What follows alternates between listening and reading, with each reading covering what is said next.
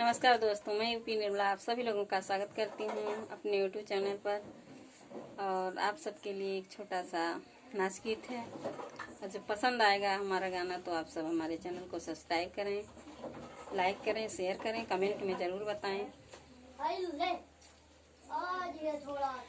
गड़ी गई ले हो, गड़ी गई ले हो, अंगूरी में कटरिया गड़ी गई ले हो, अंगूरी में कटरिया गड़ी गई ले हो, अंगूरी के दर्द कुमनवा पे गई ले, अंगूरी के दर्द कुमनवा पे गई ले, लड़ गई ले हो,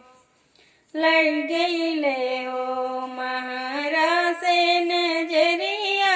लड़ गई ले हो, महारा से नजरिया लड़ गई ले हो, अंगूरी में कटरिया गड़ गई ले हो, अंगूरी के दर्द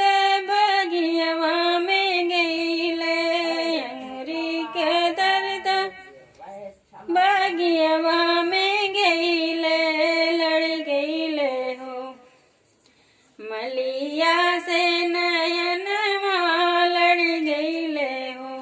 मलिया से नयनवा लड़ गई ले हो, अंगूरी में कटरिया गड़ गई ले हो,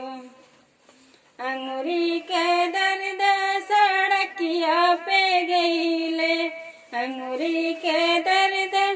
सड़किया पे गई ले, लड़ गई ले हो, ड्राइवर से नजरिया लड़ गई ले हो, ड्राइवर से नजरिया लड़ गई ले हो, अंगूरी में कटरिया गड़ गई ले हो, अंगूरी में कटरिया गड़